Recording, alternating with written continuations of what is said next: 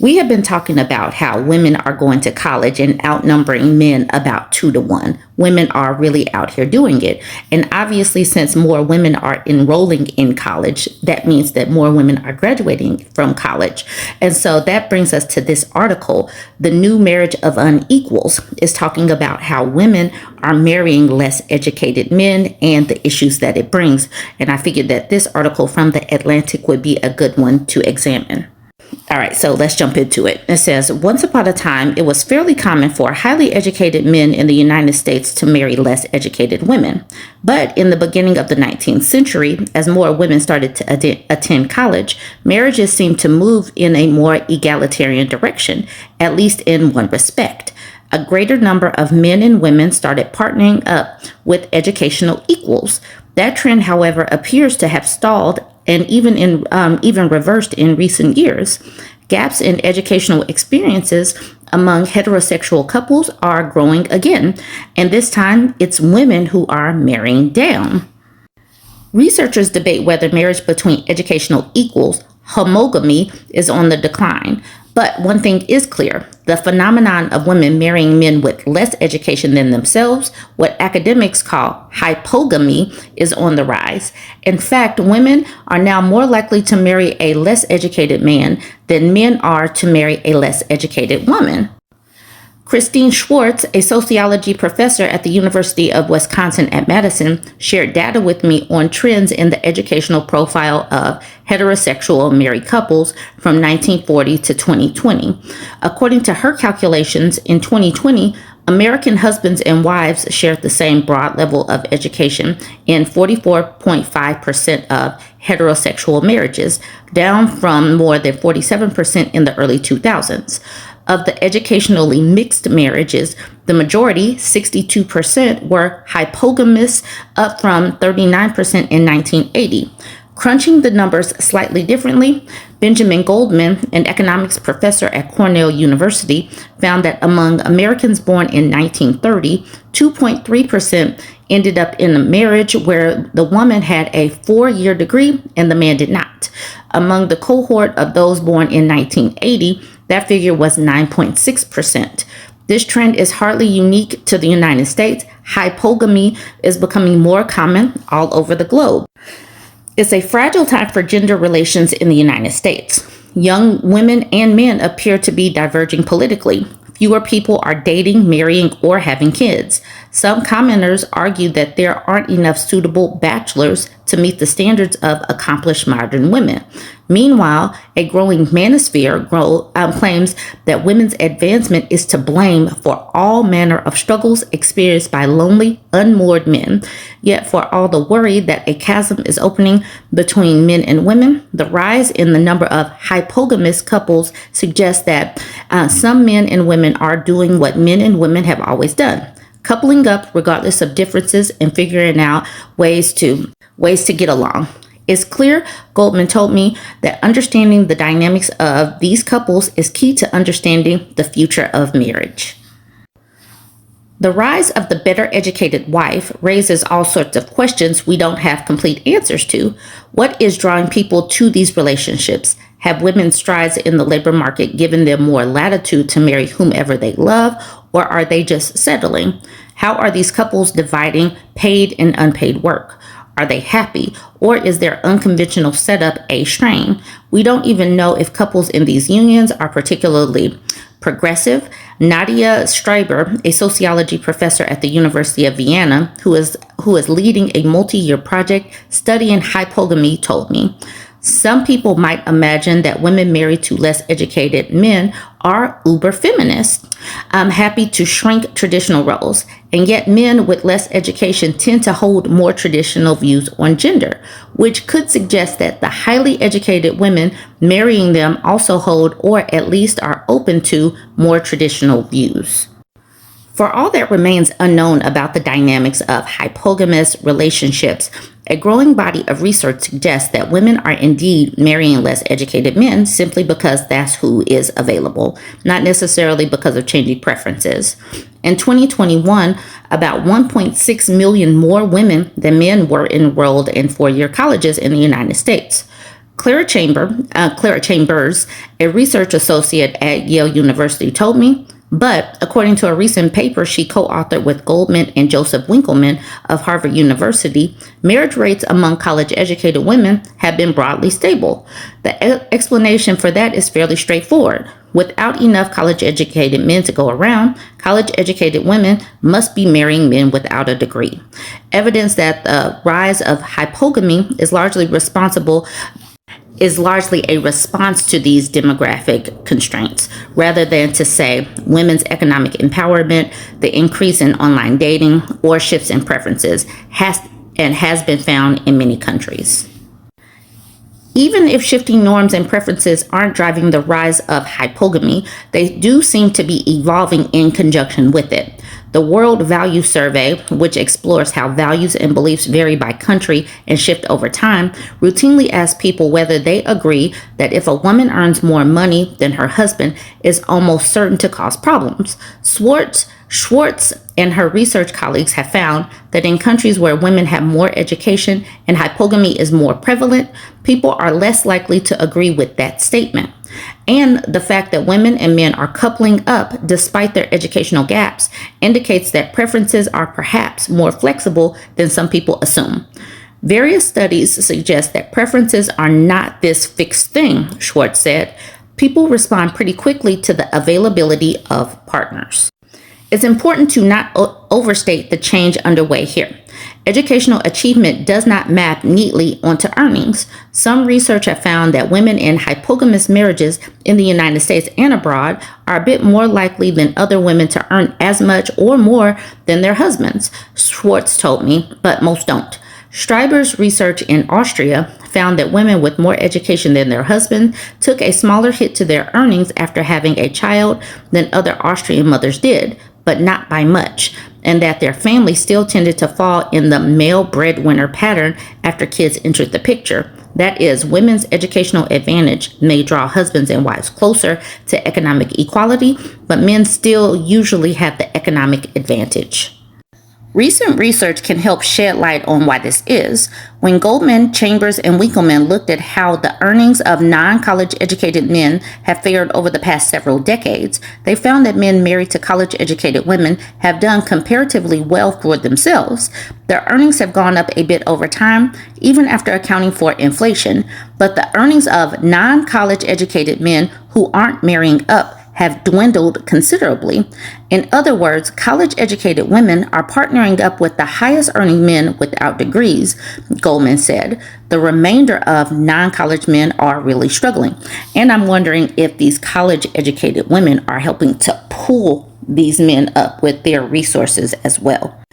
The persistence of men's tendency to out-earn their wives was evident in conversations I had with people in hypogamous relationships from around the country. In some cases, I spoke with both partners, and in others, I spoke only with the wife.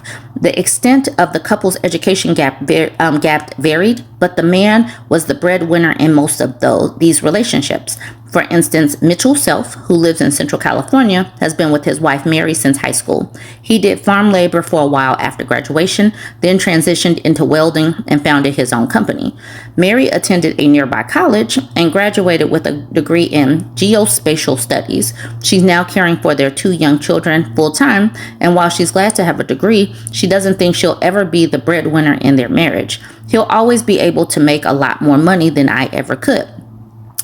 Some couples I spoke with told me that the husband's income was what had allowed the wife to pursue her education in the first place.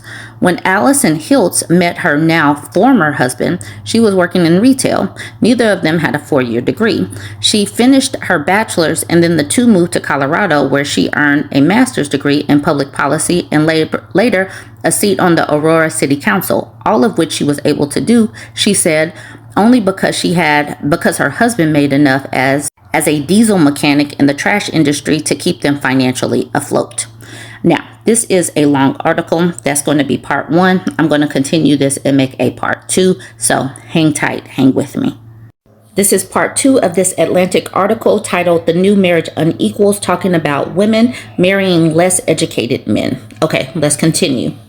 Okay, let's continue with this. It says, the few breadwinning wives I interviewed had high levels of education. Sonia bin Hadiya Toumeh was an undergraduate when she first met her husband, John Toumeh, who has a bachelor's degree in business and works in the auto industry in Austin.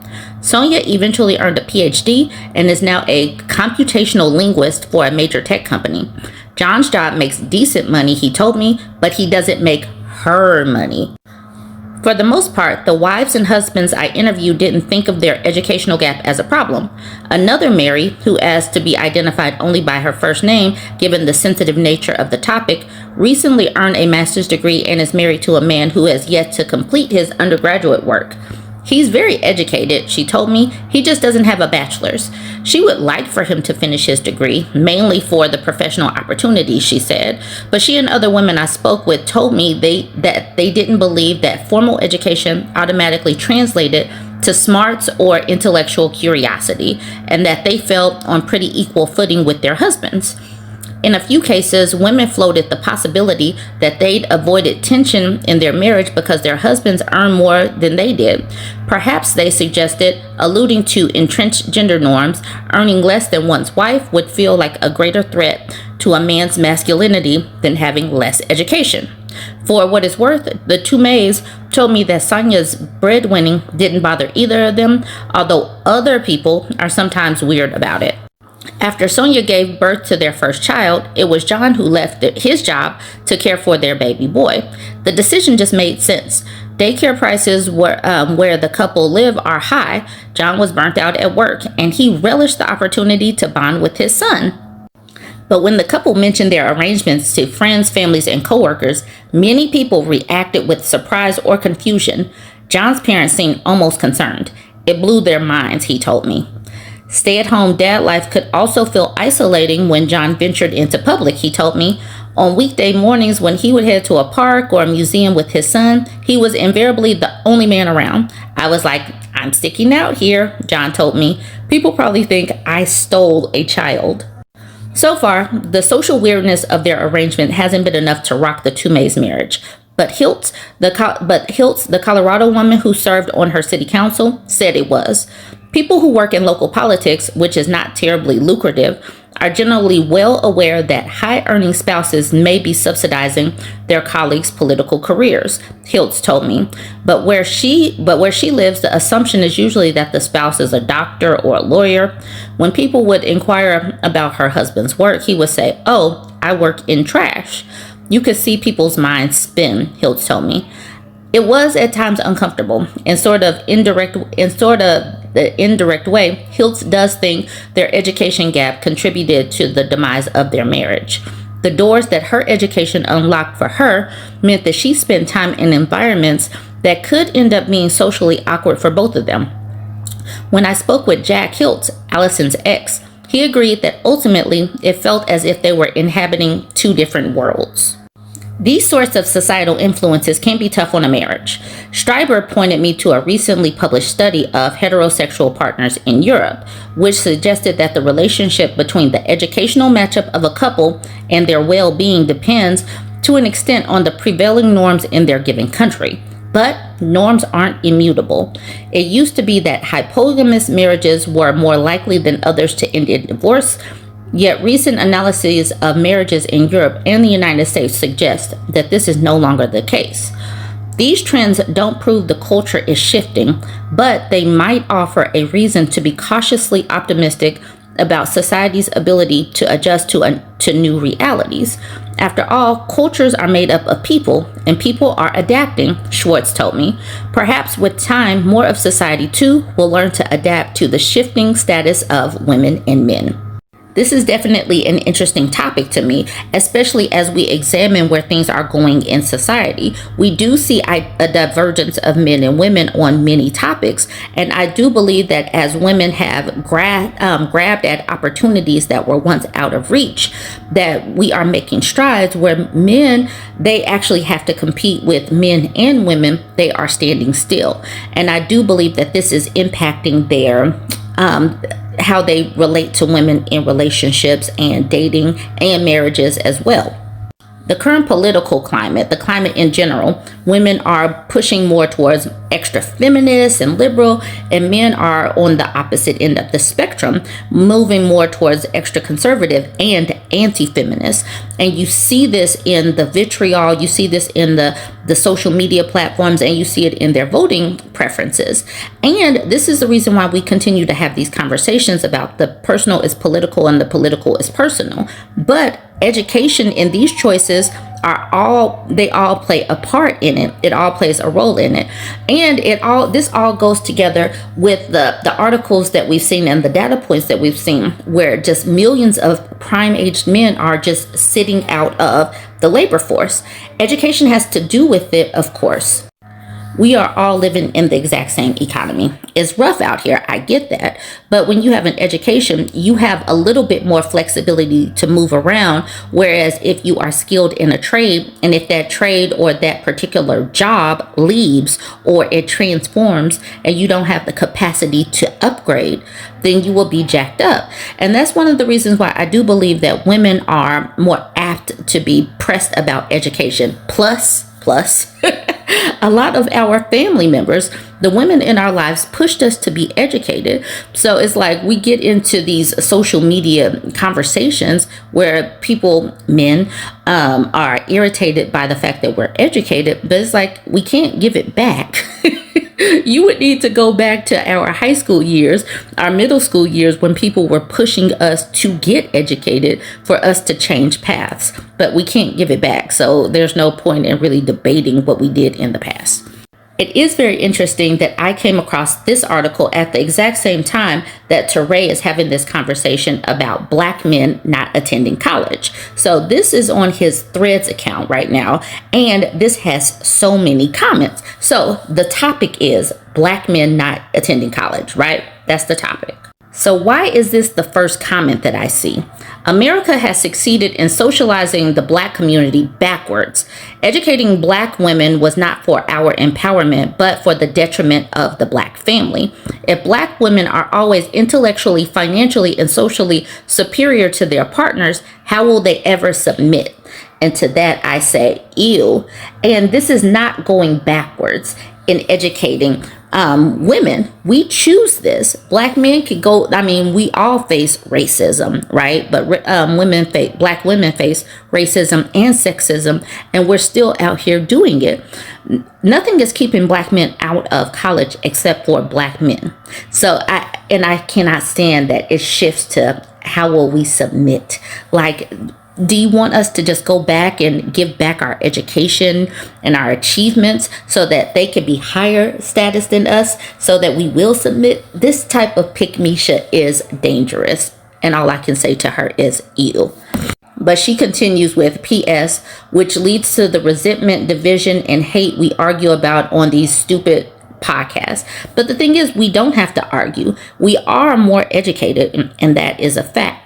That does not mean that people cannot still work together, as long as people lean into where they are best, or get in where they fit in, is what I should be saying. Not everybody is going to be a lead, but the thing is, they want to continue to lead simply because they have a peen, not because they have the ability to lead or the skill set to lead. Tello Nikki says, girl, shut your pick-me-sha self up. And to that, the lady laughs. This person says, Black women are also the most unmarried and single parent population in this country. So the topic is Black men getting an education. And still these people want to come back to Black women. That's the reason why we can't ever really address any kind of topic or situation in the Black community, because it all comes back to Black women being single, or being a single parent, being a single mom. Like, literally, when will they ever really take any responsibility for their numbers without shifting blame to something that the Black woman has done or not done?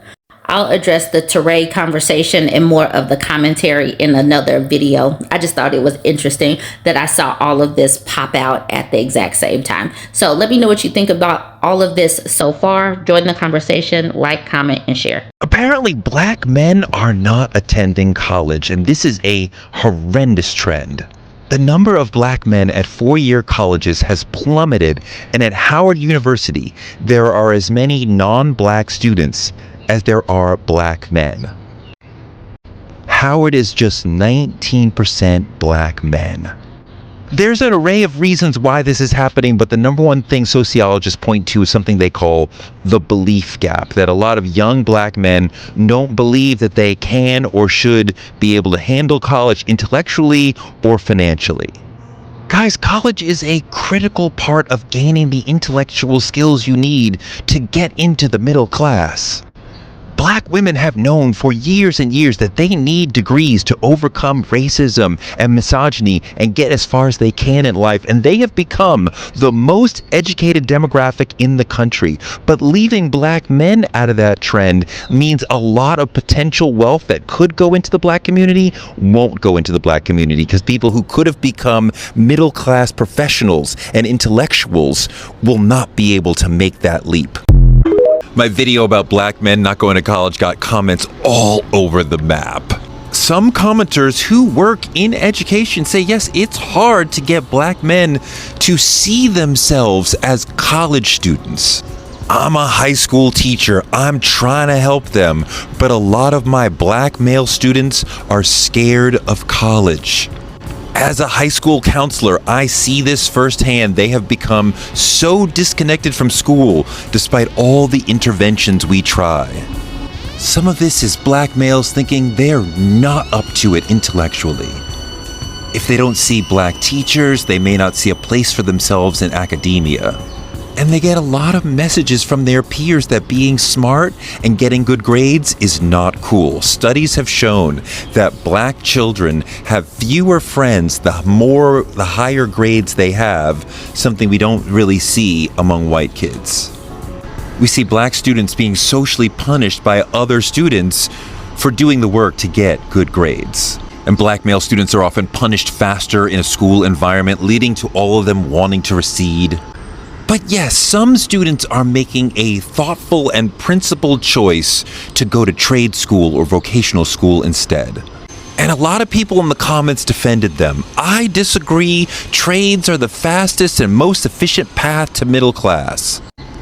I understand for some that is the right choice intellectually and financially. A lot of people said they do not want to go into debt to go to a four-year college. But here's the thing. People tend to make significantly more money after getting a college degree than after going through vocational school. I found this chart that shows the vast difference in earnings. You can pause to read. Liberal arts college is not for everyone, for sure, but a lot of people are making the choice to not go out of fear. Yes, society needs people to do the honorable work that is taught at vocational schools. But if we have 75 or 65% of black men in Gen Z go into trades or just not go to four-year colleges at all, there's going to be a significant amount of wealth that does not come into the black community that could have come in if they had pursued college degrees. I'm talking about a loss for the entire community. When people skip college, the chance to get to the middle class is much harder. People with bachelor's degrees make at least $1 million more in median earnings throughout their lifetime than people who only have a high school degree. That's a lot of wealth that the community is not going to see. And if you understand black collective economics, you understand this is a massive potential blow to our power, our economic power.